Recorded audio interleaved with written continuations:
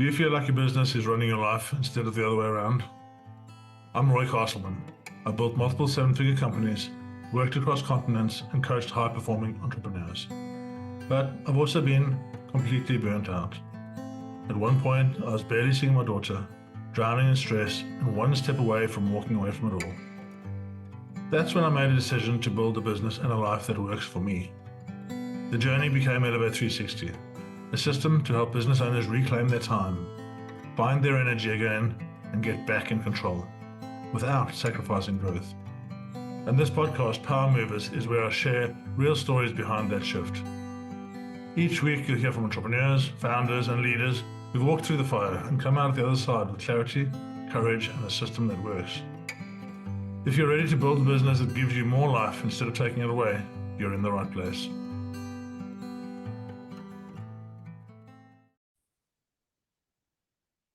How are we doing, Power Movers? Today we've got Mike Elliott, and Mike is a serial entrepreneur. He has done a lot of work with Google. He's now up in Skegness in the UK, where he has a caravan park business. He has a Google Ads business, and he also has a story to tell. He has a story to tell about how wellness can really impact who we are and who we become. Mike, let me just go straight into you. Thank you for joining me, and tell us a bit more about your story. No problem, Roy. I'm absolutely excited to be here and share my journey with the listeners. I've got quite a unique story. I've had a lot of ups and downs, which has pushed me to where I am today. That is something that has shaped me. So I'll probably, if you don't mind, start from day one, which is growing up. I grew up in Sheffield. I'm from Sheffield originally, and I come from a very poor family at the time. Not now that even my mum and dad are successful now, but at the time, my mum was watering down milk to feed me when I was born. Dad was working 2 jobs, was never at home. And that, I owe them everything, because otherwise I wouldn't be here to go through that stage. That slowly improved, but I had quite a turbulent sort of period in my life at 8 years old, which I didn't comprehend at the time, but now I can comprehend. At 16, my brother's age was 16. I was 8. At that age, when it come down to me, my brother had a motorbike accident, and he's now got 7 metal plates in his face. He was on life support. He was being fed through a tube for months. We thought we were going to lose him, and that was a really big hit for the family. But what was under the sleeve that nobody knew was actually, even though he was only 16, his partner at the time was pregnant with his baby. Wow.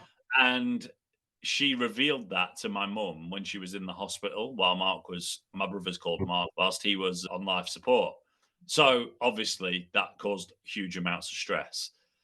That baby, he survived by the will of God, touch wood. I love my brother. He survived. But then when the baby was born 9 months later, the baby was born with Down syndrome. But not only that, and they often have heart problems when babies are born with Downs. He is my best buddy. His name's Lewis. I love him to pieces. He literally is my best friend. But he went down for an open heart surgery. I think it was 5 days old or 4 days old. They had to go down for open heart surgery. And there was a terrible story. And if the family members just by chance happen to listen to this, I'm so sorry for your loss. But at that exact moment that my nephew went down for his operation, another Indian family had exactly the same scenario in Leeds Hospital. Their baby was born with Downs, very similar operation to Lewis. When they came out, one baby made it and one baby didn't. And the baby that made it was my nephew, which obviously I'm thankful for, but desperately sorry for the other family. And that happened, obviously, all in the space of, 8 months from the accident. The baby was born. My brother was still recovering. My brother was still, for many months, been fed through a tube. It was really bad. His jaw was all wired shut. But then it got even worse, because 3 months after that, my dad had a heart attack. He died. They brought him back with the defibs, and he's still with us today. But I could have lost my brother. My brother now has 4 sons, so I would have not had 4 nephews that I have in my family, and my dad in the space of a year. And that was, at the time, I didn't really understand it. But looking back now, I understand how lucky I am, for that to have happened. Not for it to have happened, but for the fact that they're still here. Mm-hmm. Moving on to my later, as I aged, we moved to Skegness because of that. My mum and dad wanted a fresh start. We moved. My brother and sister stayed in Sheffield. We moved to Skegness, and in Skegness is where I grew up. Great place to be. It's not just this holiday place where everyone comes. If you do live here, it is a lovely place for kids to grow up, generally speaking. There's not much crime, etc. So I had a good childhood. There wasn't much to say between the age of 8 and 16 for me. There wasn't. Apart from the fact that I had a girlfriend at the time, and it was really serious relationship to me. We were in love with each other, and it was like something that was like it was going to. It felt like it was going to last forever. But we were going to university, and we went to study at Sheffield Hallam. She fell pregnant when she was 18, and that was like first year of university. Wow. And what happened was simply this, and I take all the responsibility for this. What happened is that I didn't grow up and be the man that I needed to be for the family at that time. There's no feelings there now or anything, but I didn't do what I should have done at that time. I should have stepped up, been there, provided, etc. It was only later in life to give myself some leeway and credit, which is true. I was still a baby myself at 18. You're not a man at 18, even though people say you are, you're not. I'm looking back now at 33, thinking how I felt at 18, and I know full well that I am a completely different individual. But I didn't grow up in time. I was too busy drinking, taking recreational drugs at the time, at partying too much, instead of being with the family. Not that I wasn't there, but I wasn't there enough. Ran out of chances, effectively, if you like, if that's how you call it. We split up. University finished. I came back to Skegness because she came back to Skegness with my baby and I wanted to be around. I carried on the drink and recreational drugs, partying with my friends, feeling like I was on top of the world, everything, freedom, this and that, like everything was good. And I woke up. This is just the genuine, honest truth. If you've never experienced depression, I can't explain it to you any better than this. I woke up one day and I felt like the whole world's weight was on my shoulders. Yeah. I woke up. I literally woke up and I felt like it. It wasn't something that gradually built. I'm sure it did mentally, but I didn't feel it. The drugs and alcohol wouldn't have helped, but it gradually built up to a stage where I was like, boom. I realized what I'd lost. I realized I wasn't going to grow up with my eldest daughter. I realized that I'd lost my partner at the time. And it hit me like a steam train, so much so that I didn't leave the house for 6 months. So my mum and dad were actually worried about like the most serious of events happening. I was that bad. Like I would cry in the shower. I have no shame in this because the biggest killer in men under 35 is suicide. And I share this with people because I never actually thought about it. I have to say that never crossed my mind. But what I'm saying is that I understand how you can feel that way for whatever reason it is. When it hits you, there is nothing you can do about it. I tried everything. I was trying to get myself out of it. My mum and dad were trying to help me out of it. Family members, I felt alone. Friends that were there for me before were no longer there for me anymore. The 3 or 4 friends that stuck around are the only 3 or 4 friends I have to this day, and I will only ever have unless it's in business. And I went through a horrible period. But do you know what? I am so thankful for that. That 6 months is the best thing that ever happened to me.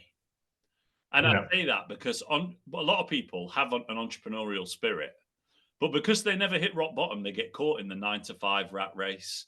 They get caught in the wheel. They don't ever have any adversity. So therefore, they end up in a position where they're comfortable. They get a job. They earn 40K a year. They're happy, 9-to-5. They enjoy their weekends. They get 28 days in the UK annual leave. It's like they have that lifestyle and they never really get pushed to do anything. Whereas me, I like pick a basketball up and drop it in the air. I was in free fall for 6 months, just dropping.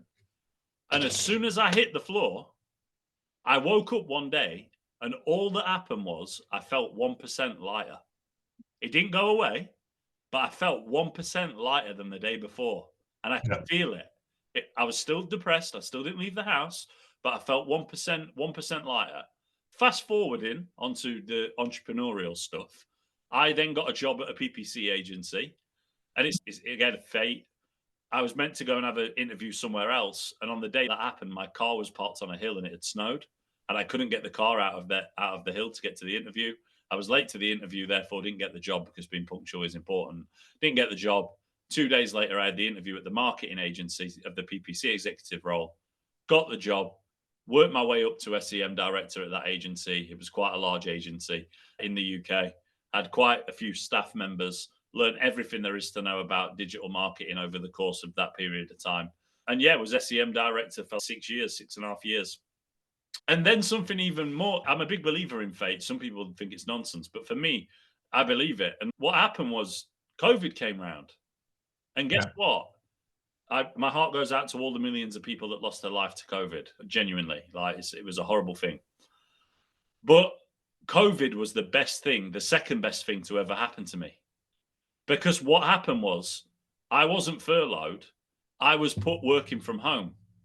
And as soon as that happened, I realized that if I can do this from home at this desk with this computer, this phone, and the internet, I can do it for myself. I don't need to work for anyone else. All of that pain that I felt, the heartbreak, the way people treated me, the things that happened during that time, the bounce back, the education, the analysis, the understanding, it lit a fire in me that is still there right now. As we speak, that fire, I still feel it every day. Every day when I wake up, I have the fire. And every day when I put my head on the pillow, I know that I gave 100% to that day. I'm not looking at somebody else who's got 80 million and has a Lambo and this and that, whatever. He's running or she's running her own race. I focus like a horse with blinkers on my own race. And I get the best out of every day I possibly can, because that's all I can control. I can't control anything else. One of the most stupendous things that somebody can do in business is look at their competitors, not analyze their competitors, but look at their competitors' growth and think that they're doing something wrong. You should stay in your own lane. So then I launch a PPC agency. I sit down. I had a conversation with a friend of mine. He came around my house. He'd quit the agency a year before. He looked me in the eye. He said, "Don't take offense to this, but watching you still be at that place right now tells me all the reasons why I left." The very next day, I handed my notice in at the agency. I quit. I went on my own. I had £3,000 in my bank account. I had a 2-month-old baby. I had nothing. It was back against the wall time. It was like fight or flight. Like I was either sinking or I was like, it was sink or swim. And that best possible way. That's the best possible fire. Exactly what I was going to say. People who don't feel that pain, that's why they stay in the 9-to-5s. They don't have that feeling. I wasn't scared of going to the edge, because like I'm from the edge. I've been depressed. I've been this and that. I know what it feels like to be there. I'm not scared of going there. It doesn't matter. It's okay. Like you'll be okay through the other side of it. So I just took the leap of faith, my friend. And do you know what happened? I made 100K in 4 months. Amazing. And my salary was 35K. I then went and hired a girl called Chloe, who I am forever indebted to, from the agency I used to work at, right? Because I'm not going to go into too many details, but looking back now, it wasn't a very nice place to work, frankly. And I'm not going to say the name. But when it comes down to her, I knew she was still in that position. I spoke with her, and she took a massive pay cut to come and work for me. I'm talking like 15 grand, 18 grand a year pay cut to come and work for me. And that was effectively like 40% of a salary, basically, or whatever, to come and work for me. And the reason, I've shared a bit too much personal info about her there, but that's fine. When it comes down to the leap, the only reason she came is because she knew what I was capable of, and she saw the fire because she'd worked with me for so long. She knew I could sell. One thing I've always been able to do is sell anything. I could sell ice to the Eskimos, mate. Like I could sell it. If I'm selling something, I can sell it. Like as long as I know what I'm selling, it's easy. It's easy for me. So she came and took the leap with me. I'm not going to bore you with the intricacies. Now there's a small team in that PPC agency that all worked at that previous agency that I give a better quality of life to. I pay them better salaries. I look after them. I look after their children. I'll make sure that everything is taken care of. But that agency has allowed me to diversify. And basically, like most entrepreneurs, this is the like bread and butter way, is that people have a cash flow in business and then they buy houses. That's a really common thing. You see a lot of people do that. I hear a lot of people do that. Yeah. Cash flowing business, they'll buy a house every year or two, or multiple if they can afford it, depending on how big the company is. I own houses, but I also invested in other companies, such as a caravan trade business, which turns over like 7 mil a year. I also have invested in micro-SaaS companies that I'm building out now, literally as we speak. And I pivoted about 3 years ago. I say pivoted, I don't mean pivoted as in I went away from it. PPC is still my main bread and butter, but I know what's coming in the future from an AI perspective. Yeah. And I knew that I had to follow that trend. So I basically got behind AI. I now implement systems for some of the world's biggest clients, Vitabiotics, Perfect Draft, DirecTV out of the US, implementing automations, managing PPC campaigns for them, automating businesses and basically saving them time and money. And yeah, any business owner listening to this that hasn't implemented AI yet, like seriously, you need to get a move on, because you are going to. I'm going to come back to AI in a second, because I think, this is going to be an interesting discussion. But I just wanted to really touch on, there's this piece on wellness that I focus a lot on wellness, and we can talk about this in more detail. For me, I had a similar situation. I built up companies over 20 odd years. I've got 3 IT companies in London, and I've got all the power, which is this business. And I also got to that edge. I got to that edge of actually just about taking the jump off the building in terms of being that depressed and losing millions of pounds during COVID. And so I understand that rock bottom. And I understand, that another thing that is so missing at the moment in the business world, which is one of the things that I really like to talk about, is this mental strength and mental resilience, and then physical strength and physical resilience. We don't equate that to profit, and we should, because we're all after the profit.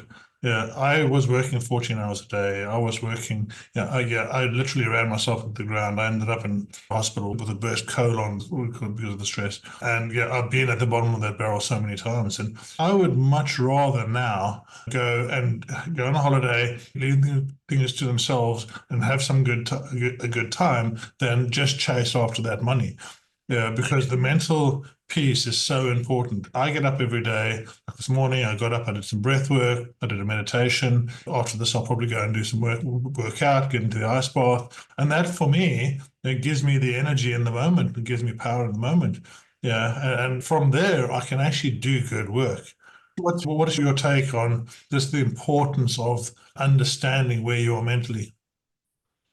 So my understanding of where I am mentally, I've been medicated ever since then. So I am still medicated for that because of how bad I was. I'm still to this day, and I openly admit it, because, like, again, if someone's listening to this, it might save a life, and Yeah. that's why I tell it. Like, I am medicated. You would, if you met me in real life, and I don't know, we went out, we played a round of golf or whatever it was that we did, you would not believe for 1 second that I could ever suffer from depression or anxiety or anything like that. You wouldn't believe it, because I'm outgoing. I'm always there to help. I speak to anybody in a room. Like, I'm so charismatic. It's not. It can be so well hidden that you don't. You should never look past anything. I am the first person to ask if someone's all right. Yeah. When it comes down to my own health, a couple of things. One thing, I don't look after my health enough in terms of exercise, which is definitely something on my agenda for 2026, because I've been for the last 4.5 years in strict grind mode, and I put that on the back burner. But as you clearly know, if you do that for too long, you will burn out, no matter who you are. It don't matter how much fire you've got, no matter how much you've got inside of you and energy. I'm still young, I'm 33. So yeah, I've got that on my side. But when it comes down to that work-life balance, I actually do have what I do is I work extremely hard. And then what I tend to do is I tend to go on holiday every 8 weeks. Yeah. So I literally take a break every 8 weeks or so. So I graft. I spend time with my daughters on the weekends or in the evenings. I graft as hard as I can. I do 10-hour days, but then every 8 weeks there's a 10-day trip. And then that 10-day trip, I just completely reset. Don't get me wrong. You'll know, as an entrepreneur and a business owner, you never really are away from the business. You're always on call, if you like. But 80% of the workload's gone. and I'm just sat on a beach chilling, and I just have to answer a few questions, maybe give a few yeses and nos and approve a few things. I don't have to do anything that's strenuous. So that's how I balance it. So the health thing, the gym, etc., I did during COVID, like when I first started out, and I was in the best shape of my life. Now, not going to lie to you, slightly overweight, nothing crazy, but slightly overweight. But it's obviously I'm sedative. I sit at a computer all day. All my work is like that. The way that I manage my mental health is by surrounding myself with people who love me. And what I mean by that is, like, I set dedicated time to where, okay, this hour is you're going to go and play games with your daughter. Yeah. You're going to go and play. You said something to me earlier, which I found really interesting. And before we got on here, you're like, okay, it's still morning time here. I'm still got my energy until about 3 o'clock. And this energy piece for me is so important, right? I get up in the morning. I get up at 5 o'clock, let's say. I do my morning routine, and that really bounces me up. But then I know from an energy perspective, I have my best brain work from, say, 7:30 until 12:30. And then I'll do these kind of podcasts, and then I'll do the things that are more mundane. So just understanding that energy piece, understanding where you're most effective, it just means you get more out of the day, right? Do you know what people do? And I've been guilty of it when I'm trying to do a big task, but I'll tell you exactly what people do. What they do is, in the morning, right, between 8 and 3, like I say, between 8 and 3, I am an absolute demon. And what I mean by that is I am so productive. Like, I don't know if it's OCD or what, but I am just like knocking tasks off of my list. YouTube videos for my YouTube channel, onboarding clients for my PPC agency, scoping AI automation projects for my AI agency. I'm absolutely on fire. You can't stop me. It's like something like, no one disrupts me. My partner knows, don't disrupt me. I'm in the mode. What happens if I try and work? Let's say my partner and my daughter have gone away for 2 days with them to see her mum. Let's say she lives in Durham. Let's say they've gone there. If I try and sit there from 3 till 7, I will get 20% done of what I would have done in those same hours the following morning. Yeah. No matter how hard I try, I've lost the motivation. My brain is telling me you're fried, mate. You need a break. And instead of just taking the break, even if it was just to go away for a couple of hours, go for a walk the dog, go to get something to eat, cook, do something, and then come back. That would be enough. But instead, whenever I try and push through it, I fail. So I'm a strong believer in that. Yeah, I'm not a liar, so I won't ever say that I meditate, I do this, I do that. I wouldn't ever come on here and start trying to preach things I don't do, but I do protect my sanity with. We're gonna have a conversation after this because I think there's a lot of alignment and So let's move on now. Just a super interesting journey so far. The future is here now. It's coming. It's AI. I've spent 2.5, 3 years in AI now, just going deep into it, understanding the automations, understanding where we're going. And we were talking about business owners and not necessarily looking into AI at all. People are a bit scared of it. And I really dig into AI as just a tool. It's a tool that you can use. You need to know how to use it effectively. You need to know how to use it efficiently.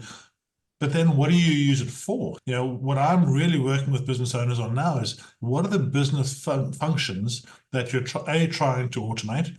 People don't have the right SOPs, they don't understand what they're actually doing. And then B, from that point of view, once you know what you're doing, how do you do it so that you can bring more human back? And I really think that the companies of the future are going to be those companies that are able to be much more human and then use the AI to automate things in the background. If I could have a team of people working 6 hours a day instead of 10 hours a day, and they're doing 5 times as much, to me, that's going to be a win-win, right? Now, where do you see AI is at the moment? What are the things that you're using it for? And what would be your advice on people actually thinking about getting into AI? So the biggest thing that I implement for businesses that has the biggest impact, let's remove that mic. The biggest impact that I see for businesses when it comes down to AI and where I always advise that they start is in their sales processes. Yeah. What you'll often find traditionally is, right, what did you do? Go back. The AI age is no different to every other age that we've gone through, the digital age. We're in the digital age now. We've gone through the agricultural age. Land was king. We've gone through the industrial age where offices and factories and all of that was king. Now we're in the digital age, and it's no different of a transition. It's just technology is what's taking over. Yeah. People need to understand it from a basic human history perspective first. If you're worried about AI, just look at what's happened in history. Does everybody remember putting a CD in a Walkman to walk around to listen to your music? Everybody. Well, maybe people your age and older, but the youngsters, they don't care. Yeah, exactly. So like my age, I remember walking to school. I'd have this in there. I would have like my 50-cent CD or whatever I was listening to at the time. I'd have that CD in there, and I was playing it. Guess what? Then came the iPod. And the iPod Mini, you could have the music on it and just click it and it would click to your clothes. And then all of a sudden now, it's like music's on demand on an app on your phone. Like you can get anything on this, literally anything on the planet Earth. Were you scared when like your house telephone went to a mobile telephone? It's the same evolution, just at a different scale. So back on track to business, when it comes down to businesses, that's why they shouldn't be scared of it. If you don't embrace it, you're going to lose your business, right? That's a fact. Yeah. If you don't embrace it, you're going to lose your business. AI trained, we have different levels of people. People come to us, they say, we've already tried to implement AI, but it's not working. Can you help us fix it, etc.? There's inefficiency. We also have people that come saying we have no idea what to do. But there are effectively, I'll give you a few of the main areas. Speed to lead. Traditionally, inquiry comes through the door now. Let's say you're an accountant. A sales member picks that up an hour later, an hour and a half later. No one answers. They send an email. They try them the next day. They've set up a task manually in HubSpot or something. Try them again. Try call. No answer. Send them an email again. Slowly they die because fresh inquiries have come through that you've been speaking to. There's no active retention. There's no active ongoing reactivation of business. There's none of that. There's businesses out there sat on millions of pounds worth of work in their databases and they're not even touching them. If you implement AI into your sales process, an inquiry form is submitted and 10 seconds later they receive a text message that can have a two-way backwards and forwards. Even if you wanted the text message just to say, thank you for your inquiry, we've received it, a member of the team is going to give you a call. Is there an ideal time or do you have any questions? And then you use something like Go High Level and CloseBot, which is CloseBot's my favorite. There is BotPress, which is also exceptional. But CloseBot is the one that I use. You build out these flows and you can send answers depending on what they say. Let's say you are a digital marketing agency and then you receive an inquiry, but you don't know whether that inquiry is PPC, SEO, email marketing. The first question the AI will ask is, so thank you for your inquiry. What services are you interested in? If it's PPC, it will go the PPC route. Okay, are you currently running ads or are you brand new? Then it will go down two different branches. If they're running ads, it will say one thing. If they're not, it's the other. And so what I'm trying to get at here is just it streamlines the business. No one cares really about the tools and complexity like CloseBot, etc. The fact is, it improves your efficiency as a business. It makes you look more professional. It makes you more efficient. Your conversion rates will be higher. There's less pressure on your staff members from a sales perspective. It weeds out any completely dud inquiries, spam calls, spam things that you get, whatever, spam form submissions. It weeds them out straight away. And your staff can focus 80% of their time on the 20% that matter. And you can do what a team of 20 sales reps can do with 4 people. Because you have the qualification process already automated. The next one, to move on, because I want to give some value on where you can focus. Customer relationships and customer support. You can plug in. I've done this recently for a client called the Reporting Hub out of Canada. Basically, they use Freshdesk. They're a SaaS business. They use Freshdesk for tickets. If there's a problem with their SaaS, someone submits a ticket, right? Their response rate, first response close rate of tickets that got opened. Think about it. Someone opens a ticket with them. That ticket is now open. Their business has to deal with it. Their first response close rate was 22%. After 6 weeks of me implementing a bunch of other automations alongside that, their first response close rate is now 78%. Wow. Their sales support team are actively in a position where they're twiddling their thumbs. They're not really. I just use that analogy to make it like to showcase like 50, what was it? 50, 57%, 56% of their work is gone. So that's disappeared. Guess what? Now, for the major tickets where there are major complex issues, everybody is at hand to fix them quicker. You bring the human back, right? You bring the human back. Yeah. And it's not AI making it up from thin air. They've built out a really detailed knowledge base that it pulls this information from. And no, AI is not correct 100% of the time. It isn't. But that's why you have fallbacks in place that if there's an issue and something seems to get stuck, it pings a real life employee to take it over. Yeah. But if you can get a 98%, 97% hit rate as a first, like with things like that, a 97% correction, you trade off the other 3% because the gains you make, especially from sales or ticketing issues like that SaaS business, the gains you make from efficiency there and time spent, less overhead on staff members focusing on what actually matters and growing the business. Like all of those things suddenly become possible. Whereas what you would have to do normally is you would have to go out and hire another sales member to handle the processes. You can do it for a fraction of the cost. That's the thing now, right? Yeah. If we're sitting here as business owners, and I've got a few of my clients, new entrepreneurs, and they're just starting out, and the opportunities now to build, grow, and scale your company, just amazing. If you just, I wouldn't go and say learn AI because that's the joy of AI. You don't need to learn it. Yeah, it will tell you everything you need to know depending on what tool you're using and how you're using it. Yeah, I think there is now this role that you're taking up here, which is almost an AI architect kind of role, which is understanding how can we actually slot the AI into our processing. And then there's the role before that, which I take on board, which is how do you actually know that you're doing the processes correctly? How do you get the SOPs right? How do you understand? Yeah, because so many, especially small to medium-sized businesses, there's a team of 10 people, and each of them are doing their own thing in their own way, and no one's really put it into documentation, and no one really knows exactly what everybody does. So yeah, you need to get clear on your business, and then you can automate it. You've got to. The first place I start with an inquiry is where, like, I find, and they tell me, but I find their bottlenecks. I don't come in here saying we can do this, we can do that, we can do this. It's not the same for every business. Every business has a different bottleneck. Sometimes there's a lot of crossover. Like, for example, 95% of businesses could improve with AI sales automation. That's one that's a given. But things like manual data entry. Some businesses have huge amounts of manual data entry where they're spending hundreds of hours a week across 10 members of staff. I could automate it. You can save all those hundreds of hours. So that might be something that comes up. But you've brought up a really interesting point and something I'm a big believer in. There's 3 steps to automation, right? The first step of automation is just AI itself. That is my dad going to ChatGPT to ask what time the Sheffield Wednesday game kicks off on Saturday. That's something probably a little bit more complex than that. But let's just say he goes to ChatGPT, asks it a question. It's conversational, right? It's asking it can answer. You ask it a question about the World War II and it'll answer. That's AI's power. We now have power at our hands. That alone is incredibly powerful. Okay. If you're stuck on something, you can ask it a question. I still use it for that. I use Comet. If anybody out here is really deep into using the way that the future of search is going to be, download Perplexity's Comet and use it as your search browser.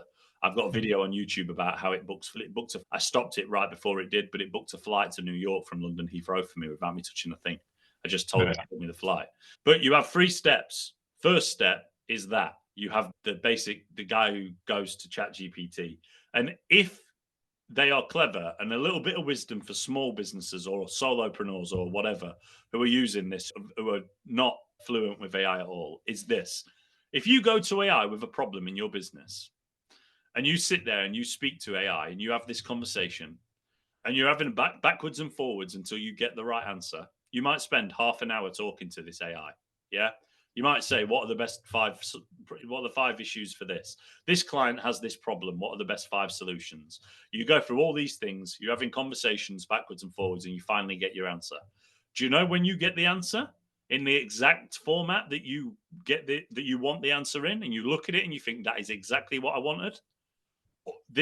Nobody does this.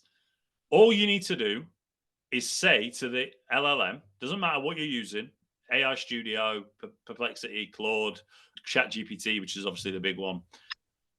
Ask it to write you the system instructions that would have given you that answer the first time you asked it.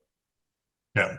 And as soon as you do that, it will give you a system prompt that the very next time you have to go and solve that issue, you have the system instruction already. You give it the system instruction, you save it. I save mine, but you save it if it's for something specific. You go there, you say, this client has this issue. It will give you the exact response in the exact format without the half an hour backwards and forwards. That's I think that, yeah, I'm just going to come in on that conversation there. One of the things that AI has taught me, right, over the last 2.5, 3 years, is that I don't communicate as well as I thought I communicated. Yeah, and that's, yeah, so I'm using it very much as a mechanism to understand my own communication, be more clear with my communication. Because AI, remember AI, all the large language models are trained on humans. Okay, they're trained on how humans talk. So it is just a reflection of us. Yeah, and when you have a staff member, especially as a business owner, we have staff members, and we bring them on board, and we're all excited, and we know what we're doing, and we've done it 100 times, and then we just tell them, just do this. And then suddenly they're like, they didn't get it. But they don't communicate that back to us, and we don't ask the right questions and be communicative. So I really love the way that AI is helping me be a better communicator. And that's a piece. You said there were three elements?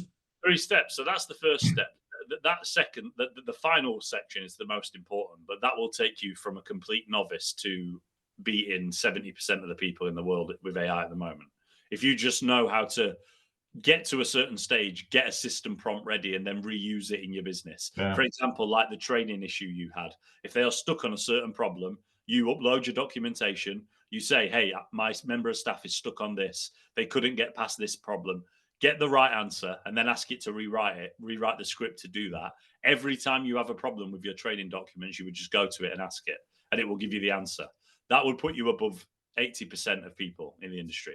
So then after that, you have the middle ground no-code developers, which is where I started, right? Yeah. You have the no-code. These are people, if you watch my YouTube channel, I go I live build flows that use Gamma to build presentations based off of a form or whatever, and it fully automates. You can parse data, you can manipulate data, all of the techie stuff, but without having to be a developer. You can actually quickly learn it. There are plenty of templates out there on make.com and NAN that you can literally just plug in that will do something for you, from Google Sheets to HubSpot, that you'll be like, oh my God, that took me so long to do. But actually, it's just done it automatically without any need. And slowly you pick things up about how you would build it. You can watch people like myself or other people on YouTube and learn how to build and how AI is impacting stuff. But that's the middle ground. That's the next level. If you're wanting to learn AI, you need to become familiar with no code. Yeah. My personal opinion on it is that when you look at tools like OpenAI's Agent Builder that they've just launched, when you look at tools like Google Opal, Google will win the AI marathon. I guarantee you. You can stand on my words 5 years from now that Google will win it. I just firmly believe it because of the search engine that they have, the data that they have on search behavior historically. I think all of their tools, the things that are under the radar, Project Mariner, Project Astra, these things people don't even know about, that are probably going way over people's heads. And I'm not trying to bore you with information, but there's a lot of things that Google are working on in the background that people don't know are happening. And then the Agent Builder comes out and everyone's, whoa, that's been in production for a long time and it's not been a secret. But the differences with those no-code builders in comparison to NAN and Make.com is that you just type what you want and it does it for you. So what's going to happen is in 5 years' time, not even that, like in 2 years' time, you're going to be able to go to any no-code platform, probably including NAN and Make, and you're going to be able to probably use an LLM, tell it your problem, tell it the issue that you've got, data entry. When an inquiry comes in, I have to take that inquiry, I have to add it to HubSpot, I then have to add it to an inquiry sheet, and then I have to date it or whatever. And you would tell that to an LLM and tell it to write you a system instruction for Opal, for AI Agent Builder. You paste it in and you've got yourself a fully functioning flow that's already in production. That's where it's headed. So I guess that, just to jump in there, that is the reality of the gap that's building at the moment, right? Yeah, and I see this gap building and building. And the more I do, the more I know I need to do, but the more I see a lot of people not doing it. And yeah, what I'm trying to get so many people I'm working with to do is literally just pick up ChatGPT at the very base, or Claude, or Gemini, or one of them, and just start getting used to it every day. Like you're saying, your dad, go and search for this. Go and use it to take a picture of what's in your fridge and make a meal, or book your holiday, or you just get used to the flow of using it. Because that's very much the first flow, like you said, is just get moving, get using it. And we're going to build this whole other set of work. Everyone's worried about work going, but now there's going to be a whole another set of work, which is going to be like what you're doing, which is all about how to automate things and how to structure things. And 100% true. But do you know what the issue is? The problem is that I made a video on this recently, right? And it's probably my favorite video I've ever made. And what I was basically doing is warning people that they need to start having an entrepreneurial mindset. yeah, And I don't mean in the essence of just creating a business, as in when if you're going to stay employed by a company, you have to be able to look at a business, or at least your department's efficiency, and understand how to implement AI into it. yeah, Because if you don't, you're going to be gone. yeah, yeah, Like there's certain jobs, certain tasks that are gonna be completely eradicated. yeah, Anything data entry, like moving one bit of data from here to there, that is going. If you are in a position there, you need to change career. Like seriously, because yeah, it's so simple to move data now from AI. It's like the most basic task you can do. You can yeah, build it in 30 seconds, right? To move, if something comes in from a form, it goes into a spreadsheet, it goes into HubSpot. You could build it in literally a minute, right, inside of N8N. So as soon as businesses catch up and start to realize that actually this is a thing, what's going to happen is, what do businesses want? They want a bigger bottom line. yeah, They want a better profit margin. How do they do that? Staff is a big problem for them. Like yeah, staffing is a big issue. So if you're in those industries where, if you're in those positions where data entry is a big part of what you do, a lot of admin, anything in those related industries, your job's not safe, seriously. yeah, And my warning was to become an architect. Someone still needs to architect that data and make sure that it's managed properly. And yeah, sure. you need to position yourself in that space. AI is going to take a lot of jobs, but I don't necessarily buy into the whole scaremongering thing around there's going to be no jobs left on the planet. Like, They're going to change, right? They're going to yeah, change.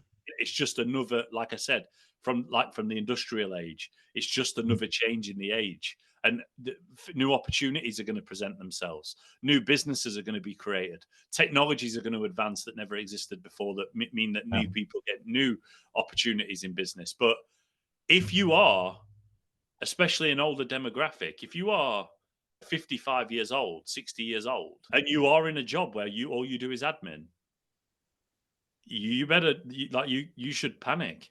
Like those areas are areas where you should definitely be concerned. Don't think that it's not going to happen, because it will. Like, yeah. So it's happening, and it's happening right now. Well, I'm going to start wrapping up now, and I just want you to think about, yeah, that one thing that you obviously that last open was pretty useful. What's the one thing people should do, first of all, to start themselves on the wheel with AI? And then secondly, if people get hold of you, and I'll obviously share your contacts and stuff on the podcast. yeah. So, So no, when it comes down to getting into AI, the first thing that you need to do is breathe, because it's not the big, scary, overwhelming beast that you think it is. And that is something that a lot of people do, especially, again, older demographic. Breathe, do basic research, chat GPT, make.com. Perplexity's Comet is a search engine, just like Google. Use it, but you'll see how efficient it is. It will answer your questions. It will show you what it's researching. It will give you sources. Slowly integrate AI into your personal day so that you feel more comfortable with it. At that stage, you can then start to looking at things like make.com or N8N for basic templates. You don't have to build anything. Just use the templates they've got and just see how they work and function, because they have functions inside of them for testing to show you how it works. Familiarize yourself with that, but just educate yourself on AI. Subscribe to my YouTube channel. Subscribe to other people's YouTube channel, not the gimmicky ones, the people who speak the truth. Subscribe to those channels. Watch what they say about the AI space. Learn about because it's not about the tools. Every week there's a new tool. yeah, Forget about the tools. Just understand that AI is an age that's coming, and you just need to slowly start incorporating it into your day. And you know what? you'll very quickly find, if you do that, that when you wake up in the morning and you get an SMS or you get an email that tells you everything you've got to do on that day, don't forget you've got to pick the kid up from school today. Don't forget that you're cooking tea today. Don't forget that you've got to do this today. You'll be surprised with how helpful it can be with basic day-to-day life tasks. And when you realize that, you'll start to realize how efficient it could be in business. And that might just spark an entrepreneurial fire inside of you to build something for yourself. So that's where I would start. Obviously, reading from the correct places, but YouTube is the main value. YouTube is where I started with my journey, like listening to people and watching people build it and use it with real life examples in business or personally. You can't beat it. But at the very least, guys, if you're listening to this and you are one of those people who are terrified about AI, please start incorporating like AI Studio or Chat GPT or whatever. But then do a little bit of Googling, spend half an hour and just look for some other features. AI Studio, Google's AI Studio, for example, has a feature where you could load up eBay or you could load up Asda and you can click the voice button and you will be able to have literally a discussion with an AI agent at that moment in time and say, 2 liters of milk from Asda is this. How much is it at Morrison's? And it will go and research and tell you. Or it will say, what are the most popular brands of this? And it will do it for you. You could easily take 15 hours and just say, do you know what I'm going to do for my life? I'm going to spend 15 hours, 5 hours watching YouTube videos, 5 hours messing around with ChatGPT, 5 hours looking at advanced features like make.com and N8N. Do that. Your life will change forever. Magic. And then getting a hold of you, obviously, I'll show you YouTube stuff. And yeah, what's the best way to get a hold of you? The best way to learn from me is by subscribing to YouTube, youtube.com, Michael Elliott / Michael Elliott AI. The best way to reach me if you want to be professional contacts, obviously LinkedIn, same handle. If you want to reach out about any services and AI automation services, you can do it through LinkedIn, or you can head over to AI Train. Or I'll tell you what I'll do. I'll give Roy a MyCal link booking meeting that you can put in the description of this video. So you can book a meeting with me to discuss anything from just generic advice. I am somebody who is not a gatekeeper. Don't feel like you're wasting my time. If you want somebody who's scared and you want the basics, don't think you have to come and start implementing massive things into businesses, because you don't. But if you have a business and you're thinking about incorporating AI, use the Cal link that's in the description of this podcast and book a meeting with me, and I'll go through it with you. Right, Magic. Thank you for your time, sir. No worries. Thank you, Roy. Thanks for listening to Power Movers, the podcast from All the Power, where our mission is to help business owners reclaim their time, reset their energy, and live the life they love. If this episode sparked something for you, your next step is simple. Take the fit check at allthepower.co.uk. It's a short clarity tool that helps you see where you are, what's getting in the way, and what might be possible if you have the right system. When you're ready, come and join the tribe. Power Movers starts with our signature framework called Elevate 360, a system built to help you escape survival mode, create structure, and move forward with power. Just remember, everything we share here is based on real stories, experience, and frameworks. It's not personal business advice. Always speak to a coach or advisor before making big decisions. Because in the end, it's about more than business. It's about building a life that you actually love. I'm Roy Castleman, and I'll see you in the next episode.